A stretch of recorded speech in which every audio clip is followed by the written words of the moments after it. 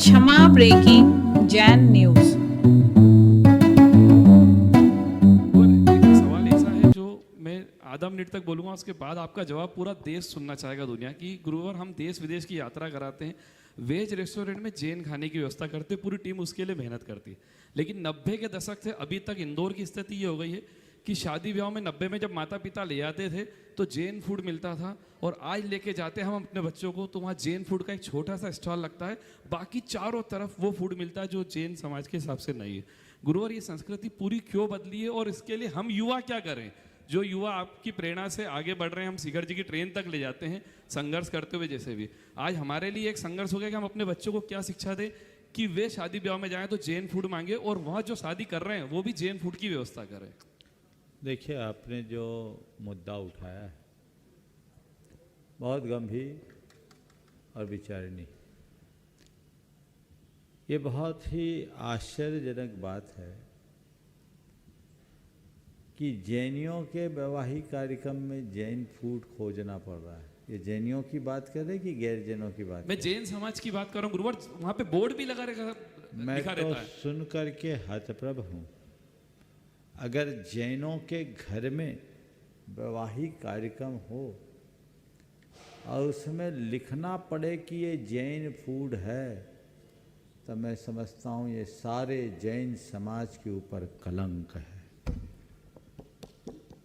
जैनों के आयोजन में तो जैन फूड होना ही चाहिए, हमारा जैन होना ही पर्याप्त है।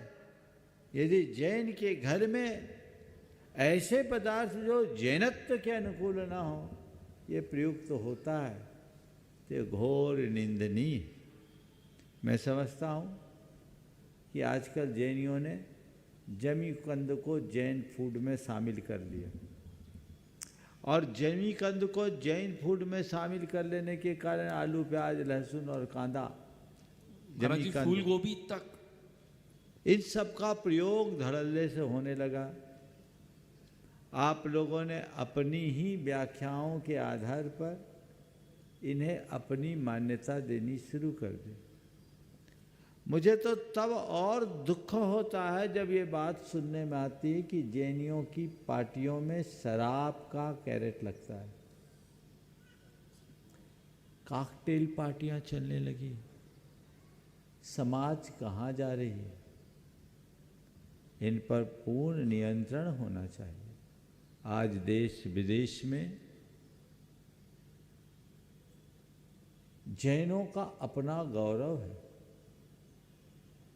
मुझे एक क्लिप किसी ने सुनाई सुधांशु त्रिवेदी की। वो अमेरिका गए किसी काम के लिए और ओहायो में, क्योंकि वो शाकाहारी हैं, तो उनसे पूछा गया कि आप प्योरली वेजिटेरियन? बोले हाँ, आई एम प्योरली वेजिटेरियन। तो कहा आर यू जैन? क्या आप जैन हो? उन्होंने कहा जैनों की ये पहचान 7 समुंदर पार भी बनी हुई है, और आज के जैन ही अगर अपने जैनत्व की पहचान को खंडित करेंगे तो इससे बड़ी विडंबना अब और क्या होगी। जैनियों को चाहिए कि जागरूकता अपनाएं, कम से कम सामूहिक आयोजनों में अपनी पहचान को बना के रखे। आधुनिकता के नाम पर हम अपनी पहचान को खंडित ना होने दें। आज 5 स्टार होटलों में,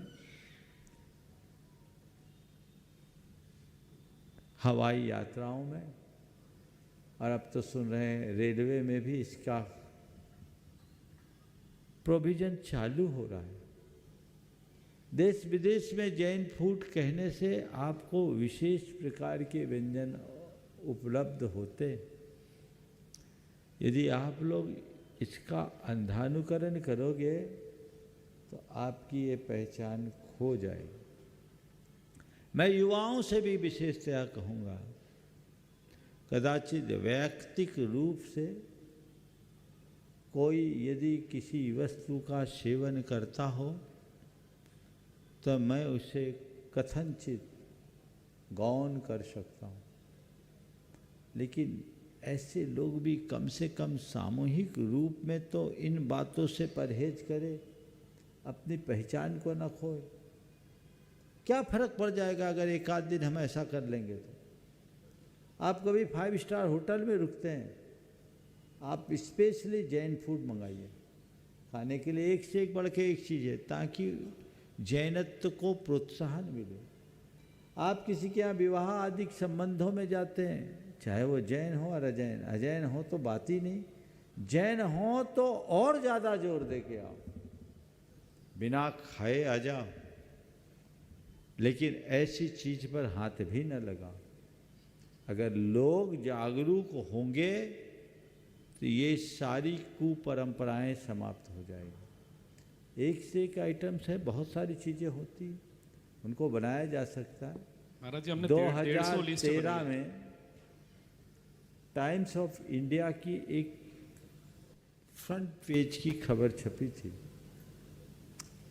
बेंगलोर की 2 विवाहों की बात थी, जो पूरी तरह 5 स्टार शादी थी और वो पूरी तरह वीगन थी। अप्रैल में प्रकाशित हुई थी ये खबर, 2014 की बात है, और उसमें उन्होंने लिखा सारे आइटम उनने वीगन बनाए, यहाँ तक कि दही भी और कढ़ी भी वीगन बनाए, और लोगों ने उसको बहुत सराहा। तो ये एक आदर्श है।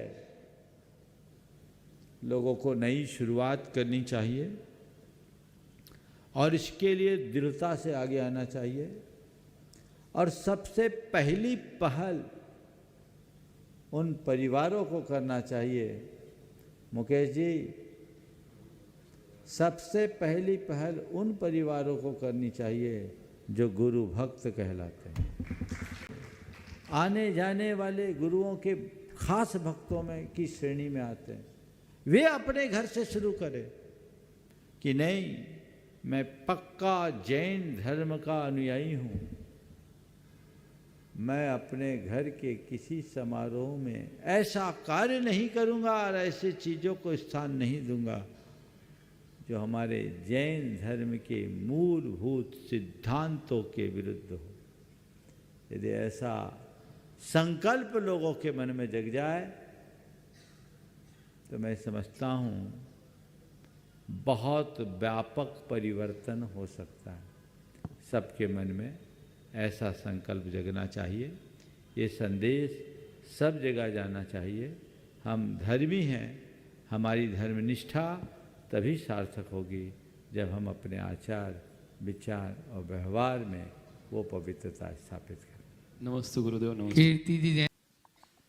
गुरुदेव और पूरे गुरु संघ को नमोस्तु नमोस्तु नमोस्तु। गुरुदेव, आप हम सबके लिए आशीर्वाद और प्रेरणा स्रोत दोनों हैं। प्रेरणा स्रोत इसलिए, एक उपलब्धि मैं आपको बताना चाहता हूं गुरुदेव। वैसे मैं जीएसटी में प्रैक्टिस करता हूं, लेकिन जीएसटी के जरिए मैं अपने धर्म में क्या योगदान कर सकता हूं, वो एक उदाहरण उपलब्धि आपको बताना चाहता हूं। आज पशु हत्या होती है, गो हत्या हो रही हैं, और हम इसको कैसे रोक सकते हैं? गुरुदेव, आपकी प्रेरणा ही है कि मैंने जब जीएसटी काउंसिल के सामने एक रिप्रेजेंटेशन, जिसको हम अपनी प्रार्थना रखते हैं, तो मैंने उनसे कहा कि आपकी सरकार हिंदुओं का उनको प्रोटेक्ट करती है और चाहती है कि गो हत्या ना हो, तो जो जीव हत्या हो रही है आप उस पर जीएसटी क्यों ना लगा दें। इस तरीके से मैंने अपनी बात को उनके सामने रखा कि जो जीव हत्या हो रही है अगर उस पर जीएसटी लग जाएगा तो कम से कम कुछ हद तक ये जीव हत्या रुकेगी। और गुरुदेव, ये मैंने चालू किया था जब जुलाई 17 में जीएसटी लागू हुआ था, वहां से मैंने स्टार्ट किया था। गुरुदेव, आपका आशीर्वाद, और मैंने कहा कि आपकी प्रेरणा है कि 18 जुलाई 2022 को जीएसटी काउंसिल ने इस रिप्रेजेंटेशन को एग्री कर लिया और उनने जीव हत्या के ऊपर 18% का जीएसटी लगा दिया। तो मैंने ऐसा कुछ नहीं किया, लेकिन मैंने आपकी प्रेरणा से अपने धर्म का सार को क्या कर सकता हूं मैंने पूरी कोशिश की। मैं सुन रहा था कुछ देर पहले कि हम जैन धर्म में जब हमने जन्म लिया है तो हमें कुछ ना कुछ ऐसा करना चाहिए जिससे हम डिफरेंस कर पाए कि ये जैन है। गुरुदेव, आप जानते हैं पूरे पैन इंडिया वर्ल्ड वाइड घूमना पड़ता है, कई बार हमें खाने के लिए भी टाइम नहीं मिलता, लेकिन गुरुदेव आचार्य श्री को जब हमने आहार 2015 में दिया था तो आचार्य श्री ने कहा था कि रात्रि भोजन त्याग करना पड़ेगा, और गुरुदेव वो 2015 है और आज की डेट है।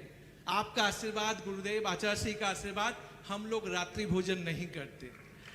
तो जब भी हम जाते हैं, कहीं भी जाते हैं और कहते हैं कि सनसेट के बाद हम खाना नहीं खाते, तो जैन हो और अजैन हो वो हमें इस तरीके से देखते हैं कि वाकई इतने आप घूमते हो, आपने खाना नहीं खाया लेकिन रात्रि भोजन आप नहीं कर रहे, तो जैन होने के नाते हम पूरी कोशिश करते हैं। क्योंकि शंका समाधान का प्रोग्राम है, एक छोटा सा क्वेश्चन मेरे माइंड में है गुरुदेव। हमारे प्रोफेशन में एक बड़ी चैलेंज है, सच कह कि अगर हम फीस मांगे तो हमें फीस नहीं मिलती। अगर हम कहें कि इसकी 3 लाख रुपए की फीस है तो क्लाइंट 3 लाख की फीस नहीं देना चाहता, लेकिन यही हम घुमा दें तो वो देने के लिए तैयार हो जाता है। अब मैं जब धर्म का अनुयायी हूं तो कई बार मुझे भीतर से लगता है क्या मुझे ये करना चाहिए, लेकिन अगर मैं नहीं करूंगा तो मुझे वो 30,000 रुपए की भी फीस नहीं देगा। तो गुरुदेव, किस हद तक मुझे अपने आप को बैलेंस करना चाहिए? नमोस्तु गुरुदेव, नमोस्तु नमोस्तु। पहले तो मैं चाहूँगा एक बार विमल भाई का जोरदार अभिनंदन करें। ये हमारे समाज की एक विशिष्ट प्रतिभा है और इन्होंने हमारे समाज का गौरव बढ़ाया है। जीएसटी काउंसिल के मेंबर होने के नाते और उसमें इनकी पकड़ बहुत प्रबल है। जीएसटी लागू होते ही इनकी पुस्तक प्रकाशित हुई थी जो पूरे विश्व में, पूरे देश में सराही गई। इन्होंने एक विशेष काम किया, उल्लेख कर दूं? गुणायतन में जो आने वाले समय में अनुभव केंद्र है, थीम पार्क, इनके प्रयासों से उसकी टिकट में कोई जीएसटी नहीं लगेगा। अभी गुणायतन ने जो भी कार्य किया उसमें जीएसटी दिया है, दे रहा है, लेकिन इसका एडवांटेज आने वाले दिनों में जो भी लोग दर्शक आएंगे वहाँ उनको जीएसटी में 1 पैसा नहीं देना पड़ेगा, नहीं तो 28% जीएसटी था उस टाइम पे, अब 18 हो गया। अब 18, मनोरंजन में 18 हो गया। उस टाइम पे 28 था जब हम लेके गए थे। अब 18 हो गया। अब 18 हो गया। हाँ, तो उस समय 28% था। ये एक बड़ा सुधार इनकी वजह से हुआ है और ये बहुत अच्छे से जुड़े हैं और गुणायतन में इनका हमेशा महत्वपूर्ण योगदान बना रहता है, ऐसा ही बना रहे। दूसरी बात, अभी कई लोगों ने भक्तामर स्तोत्र शब्द की बात की। कई लोग बोल देते हैं भगवान, भक्तामर स्तोत्र तो ठीक है, भक्तामर स्तोत्र को लोग स्तोत्र बोल देते हैं। भक्तामर स्तोत्र है और भक्तामर स्त्रोत, भक्तामर स्तोत्र नहीं है, भक्तामर स्त्रोत है। क्या है?